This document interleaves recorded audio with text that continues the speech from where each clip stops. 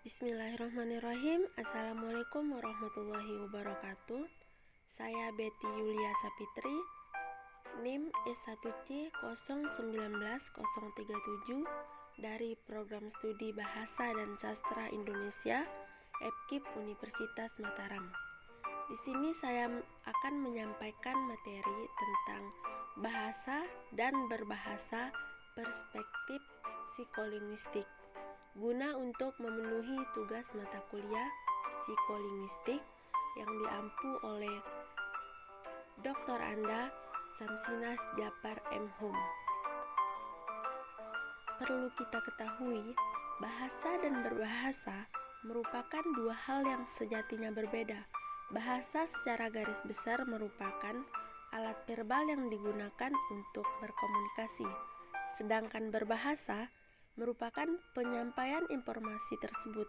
Dari pernyataan tersebut, secara tidak langsung ditarik kesimpulan bahwa bahasa adalah objek kajian linguistik, sedangkan berbahasa merupakan objek kajian psikologi. Selanjutnya, hakikat bahasa. Dalam pengertiannya, bahasa merupakan bunyi-bunyi vokal yang digunakan dalam ujaran atau lambang-lambang tulisan dari bunyi-bunyi vokal itu. Alat komunikasi yang digunakan dalam lingkungan kelompok manusia tertentu, sopan santun, tingkah laku yang baik. Kamus Besar Bahasa Indonesia. Selanjutnya, Sunjono Darwowijo mengatakan bahwa sahnya bahasa adalah suatu sistem simbol lisan yang arbitrer yang dipakai oleh anggota suatu masyarakat bahasa untuk berkomunikasi dan berinteraksi antar sesamanya, berlandaskan pada budaya yang mereka miliki bersama. Sedangkan hakikat bahasa bagi linguistik ilmu yang khususnya mempelajari bahasa, yang dimaksud dengan bahasa ialah suatu sistem tanda bunyi yang disepakati untuk digunakan oleh anggota kelompok masyarakat yang tertentu dalam bekerja sama, berkomunikasi, dan mengidentifikasikan diri.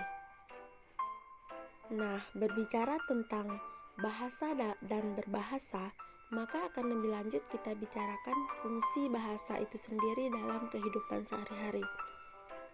Seperti apa sih fungsi bahasa dalam kehidupan sehari-hari? Memang suatu kenyataan bahwa suatu bahasa wajar dimiliki oleh setiap manusia. Kewajaran ini menganggap bahasa sebagai barang sehari-hari. Mungkin bahasa tidak perlu bagi kehidupan alam semesta ini, tetapi merupakan hal yang paling vital dalam kehidupan manusia. Dapat kita bayangkan, bagaimana sih kebudayaan dapat kita terima dari nenek moyang dan kita teruskan kepada anak cucu kita tanpa memakai bahasa? Bahasa memang tidak bisa dipisahkan dari kehidupan manusia. Bahasa merupakan alat yang dipakai untuk membentuk pikiran dan perasaan, keinginan dan perbuatan, alat yang dipakai untuk mempengaruhi dan dipengaruhi. Bahasa merupakan suatu tanda yang jelas dari kepribadian dan posisinya dalam masyarakat. Langsung saja, fungsi bahasa itu apa? Yang pertama, bahasa sebagai alat ekspresi. Yang kedua, bahasa sebagai alat komunikasi. Ketiga, bahasa sebagai alat integrasi dan komunikasi nasional. 4. Bahasa sebagai alat kontrol sosial. Bahasa sebagai alat ekspresi. Pada awalnya, seorang anak menggunakan bahasa untuk mengekspresikan kehendaknya atau perasaannya kepada sasaran yang tepat. Dalam perkembangannya, seorang anak tidak lagi menggunakan bahasa untuk mengekspresikan kehendak, melainkan untuk berkomunikasi. Seorang penulis misalnya, mengekspresikan diri melalui tulisan dalam bentuk karya tulis. Pada saat menggunakan bahasa sebagai alat untuk mengekspresikan diri, pemakai bahasa tidak perlu mempertimbangkan atau memperhatikan siapa yang menjadi pendengarnya, pembacanya, atau halayak sesamanya. Selanjutnya, bahasa sebagai alat komunikasi. Sebagai alat komunikasi, bahasa merupakan saluran perumusan kehendak kita, melahirkan perasaan kita, dan memungkinkan kita untuk menciptakan kerjasama dengan sesama warga. Ia mengatur berbagai macam aktivitas kemasyarakatan, perencanaan, dan mengarahkan masa depan kita. Ketika menggunakan bahasa sebagai alat komunikasi, kita sudah memiliki tujuan tertentu, ingin dipahami orang lain, ingin menyampaikan gagasan yang dapat diterima orang lain, sehingga gagasan tersebut dapat meyakinkan. Bahasa sebagai alat ekspresi dan sebagai alat komunikasi sekaligus merupakan alat untuk menunjukkan identitas diri. Melalui bahasa, kita dapat menunjukkan sudut pandang kita, pemahaman kita akan sesuatu hal, asal-usul bahasa, asal-usul bangsa dan negara kita, pendidikan kita, bahkan sifat kita. Yang ketiga, bahasa sebagai alat integrasi dan adaptasi sosial. Bahasa merupakan salah satu unsur kebudayaan. Anggota-anggota masyarakat hanya dapat dipersatukan secara efisien dengan bahasa.